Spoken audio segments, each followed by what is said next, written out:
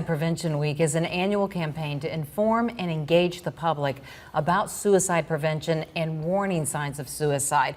And Greg, this week kicked off with World Suicide Prevention Day, which was this past weekend on Sunday. Yeah, when it comes down to it, it's all about knowing that you're not alone. There's a ton being done right here in South Carolina to remind you of that.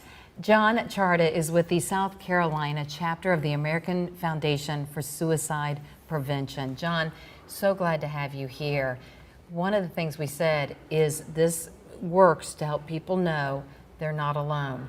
But people who think about dying by suicide feel alone. Feel alone, feel hopeless, feel like a burden to others. They often will even let people know. They're usually pretty communicative about it. Sometimes it's extremely subtle, sometimes it's pretty blatant. We always encourage folks, if you're worried about somebody, reach out to them. There's a big stigma attached with asking somebody about suicide. Oh, am I going to put the thought in their head? Our research has found that's unlikely. In fact, if suicide's not an issue, the person's going to still be very grateful to you for reaching out, being so worried and caring about them. Yeah, when you say that they're communicative about this, what are some of the warning signs that people need to be looking out for? And you said they are subtle. They can be extremely subtle. We want to look for changes in their thought, behavior, or mood. You know, some people will start giving some stuff away or reckless spending. They might start withdrawing from activities that they usually enjoy doing. It's really can be a combination of all those things. If someone's acting off, if your gut is telling you something's weird, reach out. So I want our viewers to know that you gave me permission to bring this up, what I'm about to bring up. You are in this role, in this position, helping so many other people because you yourself, a few years ago, tried to take your life. I did. I had a real rough May in 2021. I'd actually been in this job for a little bit over a year. I took it during the pandemic. I'm a professional fundraiser, and so I left another organization, came to this one. I loved the people that I had interacted with, and started doing all of our programs and our trainings.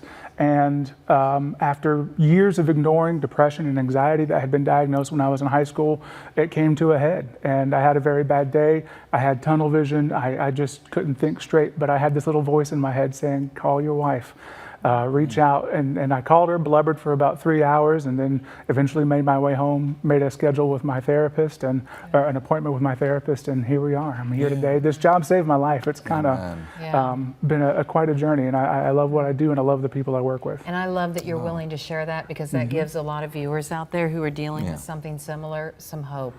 And it took me a little bit. It took me easily over a year to start telling people more and more. You know, it started with, oh, it was a bad day. And then eventually, I think within the last 5 or 6 months, it came out, you know, that was actually an attempt. I did try.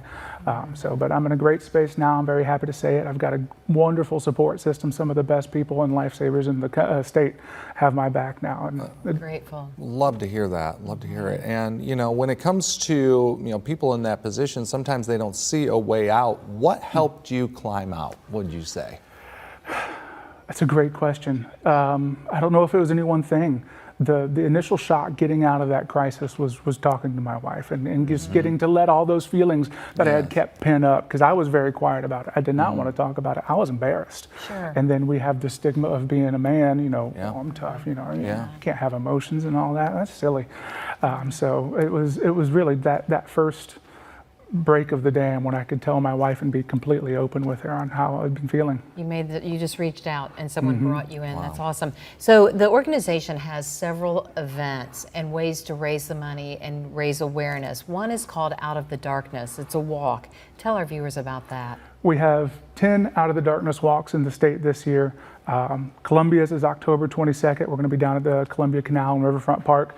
They are fundraising events, you know, to do the trainings and programs that we're able to offer. I got to raise a little bit of money, but they are also moments where people can come who are survivors of suicide loss, or folks like myself who have survived an attempt, and they can come and meet other people who have been through that. We have this amazing system called our honor bead system, and they're color coded. So I could see somebody else wearing green beads and I know that they've been through what I've been through without even having to say a word. Because again, you have so many different folks who are there in different parts of their grief and different parts of their journey. Sure. Because of that, we don't charge a minimum donation. We don't charge a fee. Come on out and hang out with us. Even if you don't raise a dime, we want you out there. Fantastic. Fantastic. You know, I just think of your courage and your bravery for being able to tell your story here. And I know that you're helping so many people out there who may not otherwise talk about it, especially a lot of guys, you know, like you say, there definitely is a stigma about this, but definitely very brave, and we commend you for that, and thank you for the amazing work that you're doing. I appreciate that. Tell our viewers, if they say, okay, I need to reach out to someone and they don't have someone in their lives, how would they get a hold of you guys? Absolutely. So it's not us they're going to reach out to. I'm a prevention and awareness program, but we have really probably one of the best systems in the country as far as South Carolina goes. We have our Department of Mental Health. They are running a mental health screener called hope.connectsyou.org. It is a free online anonymous mental health screener answered by a real life person. So if someone's not sure how they're feeling, if they need to find some more extra help for their mental wellness, that's a wonderful route. We have such a robust Department of Mental Health in the state. And then 988, we have 2 call centers in the state. We have Mental Health Mental Health America up in Greenville. They've been running their center for years, and we just opened a second one through the Department of Mental Health down in Charleston to answer more calls than ever.